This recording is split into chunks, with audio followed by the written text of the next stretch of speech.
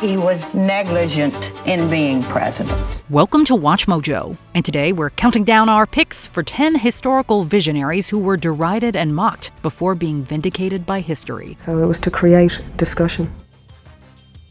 Number 10. John Yudkin. In the 1970s, nutritionist John Yudkin dropped a bombshell. Sugar, and not fat, was the real driver of heart disease, obesity, and diabetes. And he gave lots of correlative data saying sugar's the problem and we need to reduce our consumption. His 1972 book, Pure, White, and Deadly, made the case. Sadly, the shockingly powerful sugar industry wasn't about to let that narrative take hold. I'd be very happy if everybody ate 4 pounds of sugar a year. They eat 100 pounds.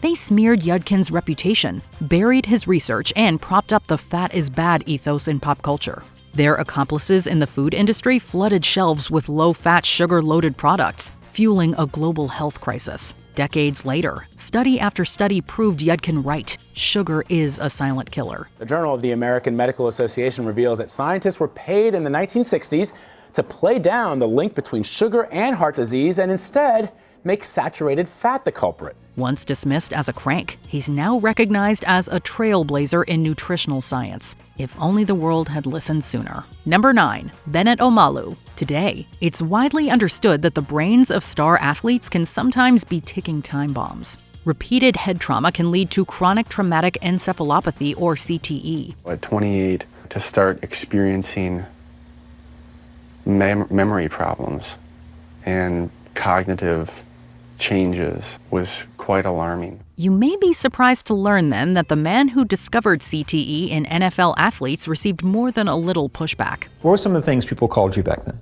That insinuated I was a voodoo doctor, that I was fraudulent. Forensic pathologist Bennet Omalu's study of former NFL players should have been groundbreaking. Instead, the NFL tried to bury it. In 2005, Omalu's research linking repeated head trauma to long-term brain damage was initially asked to be retracted and met with ridicule. What do they want? Your head on a spike. They want you to retract your findings. They want you to say you made it all up. I made it up. Further findings were dismissed and/or met with outright denial. But as more ex-players suffered from memory loss, aggression, and tragic self-harm, the truth became undeniable. The league was forced to acknowledge the dangers of concussions, leading to massive lawsuits and game-changing reforms. You have rejuvenated my hope, and together by faith, we shall do great things. The impossible shall become possible. Thank you so much. Thank you. This is the box. Number 8. Ernest Hemingway. Ernest Hemingway was one of the greatest writers of the 20th century. Sadly, he spent his final years in a paranoid spiral, convinced that the FBI was watching him. Friends and family thought his paranoia was a symptom of his declining mental health, and he was subjected to multiple unsuccessful electroshock treatments. They put the electrodes to your head and you know it's coming, and it's like being electrocuted 20 times. It turns out, though, that he was right. Declassified documents later revealed that J. Edgar Hoover's FBI had been tailing Hemingway for years. They had monitored his movements and wiretapped his phone due to suspected ties with Cuba. Ironically, Hemingway had reportedly dabbled in espionage himself. He's suspected to have done some spy work for the predecessors to both the CIA and KGB. What I found was the record of Hemingway having agreed to a recruitment by the NKVD, which is the predecessor to the KGB. Mm-hmm. So that's kind of a pivotal moment in the spy business. It's like a sale to a realtor. Haunted by surveillance, Hemingway tragically took his own life in 1961, never knowing just how real his fears had been. I think he would have made such a marvelous old man. And that's what I am most sorry for, that he did not have the chance to be a marvelous old man. Number 7. Dusan Dushko Popov. Dushko Popov wasn't just an infamous double agent. He was a master manipulator, a ladies' man, and a trickster who played the Nazis like a fiddle. Dushko Popov, double agent, was born. Codename Ivan for the Germans, codename Tricycle for the British. As a British spy, he fed misinformation to the Germans. This work gave him access to top-secret Nazi intelligence. His most crucial discovery came in 1941. Along with the information his sources in Germany provided suggesting Japan was planning a massive attack on Pearl Harbor, Popov warned that action should be taken. On the 10th of August 1941, he took the equivalent of $40,000 from von Karstoff for Plan Midas and boarded a plane for the USA. Unfortunately, J. Edgar Hoover was less than impressed. Dismissing Popov because he was a double agent, the FBI director ignored his warning. Hoover believed that being a double agent made Popov doubly untrustworthy. Months later, Pearl Harbor was in flames. Number 6, Sinéad O'Connor. The 90s were chock full of iconic pop culture moments. Few were as controversial as Sinéad O'Connor's performance on SNL in 1992. Everywhere is war. There, she famously ripped up a photo of Pope John Paul II. Fight the real enemy. With the words, "Fight the real enemy," she called out the Catholic Church's rampant abuse of minors. The world of pop culture subsequently treated O'Connor as a social pariah. She was mocked, blacklisted, and ridiculed, even by fellow musicians. It was funny because after the first song there was loads of people around and they all came into the dressing room and everything, but then after that there was nobody around. There was silence for about half an hour. There was nobody around. Less than a decade later, the truth she tried to expose erupted into global headlines thanks to the Boston Globe's Spotlight team. By then, the damage to O'Connor's career was irreversible. The world eventually realized she was right, but history took its time apologizing. And we can't heal ourselves unless we fight the right enemy, the right cause. It's no good just dealing with the symptom. Number 5, Claire Patterson. The scientific community knows Claire Patterson as the man who figured out Earth's age. He did it by examining lead content in the ground. It was 4.5 billion years old. If that sounds familiar, it's because it's basically the number we still cite today.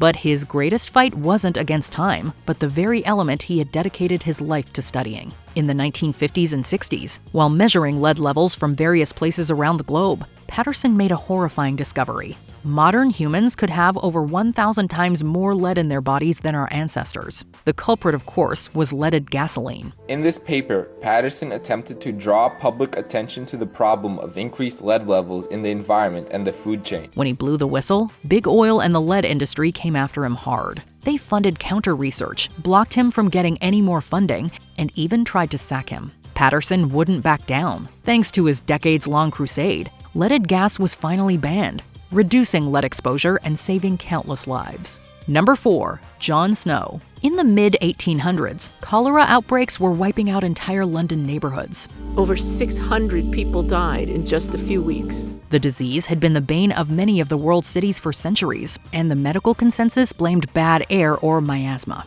But Dr. John Snow thought otherwise. He noticed a pattern. Victims in a local neighborhood were clustered around a single water pump on Broad Street. Snow proposed a radical idea. The cholera was spread through contaminated water, not foul air. And then the cholera bacteria began to multiply, and then people would ingest the water, which provides the human intestine the place where the bacteria multiply best. When the pump handle was removed, the outbreak slowed dramatically. You'd think this would have convinced the authorities, but Snow had no such luck. His theory was dismissed, and the pump eventually reinstated. Years later, science caught up, and Snow was vindicated as one of the fathers of modern epidemiology. John Snow had plenty of evidence to say that this water from this well contained the contaminant that caused the disease. Number 3, Martha Mitchell. Martha Mitchell was known as a bit of a gossip in Washington, and in this case, that was a good thing. Well, sweetie, I tell you what, if I'm doing anything wrong in this government, just tell me about it. The outspoken wife of Nixon's Attorney General, Martha the Mouth got wind of the Watergate scandal long before the press did. Did you see what Martha Mitchell did? No. She called somebody. She called the New York Times. She refused to be quiet about her suspicions, even calling a member of the press when she couldn't reach her husband. The White House scrambled to silence her, literally and secretly locking her in a hotel room while her husband played damage control. They told the public she was in a mental health facility, while the media mocked her and much of her family rejected her. I'll tell them all, and you know what they're going to do. They'll probably end up killing me. But guess what? She was right. Nixon's cronies had bugged, bribed, and burgled their way into political infamy. Years later, journalists admitted to the existence of what they called the Martha Mitchell effect, where they dismissed truth-tellers as delusional. In the end, Martha lost everything, but the whistleblower took Nixon down with her. We're teaching the politicians to be straight and not crooked. Number 2, Giordano Bruno. Giordano Bruno looked at the stars and saw infinity. The 16th century philosopher dared to suggest that the universe had no center and was filled with countless other worlds. Where he believed Copernicus's interpretation fell short, and what he wished to see rectified, was in his failure to recognize and propagate the obvious conclusion that what he had discovered disproved the notion of a finite universe put forth by the scholastic and Aristotelian minds, which hitherto dominated the academic hive mind. The Catholic Church had a big problem with him. Bruno wasn't just burned at the stake in 1600, he was erased. His works were banned, and his rejection of multiple Catholic codifications of beliefs were labeled as heresy. To this, Bruno sallied forth, a second Socrates, and exclaimed, "Perchance you, who pronounce my sentence, are in greater fear than I who receive it." But time proved him at least partially right. Decades later, Galileo would face his own persecution for insisting the Earth wasn't the center of the universe. Unlike Bruno, he recanted and was spared the flames, spending the rest of his life under house arrest. Today, Bruno's vision of an infinite cosmos is the foundation of modern cosmology. Bruno was not without his faults, but even so, he remains to this day a symbol of free thought and tolerance of differences. Before we continue, be sure to subscribe to our channel and ring the bell to get notified about our latest videos. You have the option to be notified for occasional videos or all of them. If you're on your phone, make sure you go into your settings and switch on notifications. Number 1. Ignaz Semmelweis. Ignaz Semmelweis had some wild notions back in his day. Doctors, he believed, should wash their hands. Although he couldn't explain why hand disinfection was so effective, his research in 1847 would go on to transform the way surgery is carried out, and infectious diseases are controlled today. In the mid-1800s, obstetrical clinics were deadly places. New mothers died of childbed fever at alarming rates. Semmelweis noticed a fascinating trend. Maternity wards run by midwives had far fewer deaths than those run by doctors, who often went straight from autopsies to delivering babies. He ordered the students to wash their hands in a solution of chlorinated lime before each examination. The mortality rate fell from 18% to 1%. His solution was chlorinated hand washing, which actually significantly reduced the mortality rate once instituted. The medical community responded with rage, mockery, and rejection. Semmelweis was dismissed from his position, ridiculed into obscurity, and eventually committed to a mental health facility. If you try to go against authority and convention, you can run into and make some enemies. He died there in agony from septic shock. A contemporary, Joseph Lister, expanded on his work. This father of modern surgery was a trailblazer in antiseptic surgery, proving Semmelweis right. Humanity, an innately skeptical species, has a history littered with reviled people who should have been lauded as heroes. Prove us right in the comments below.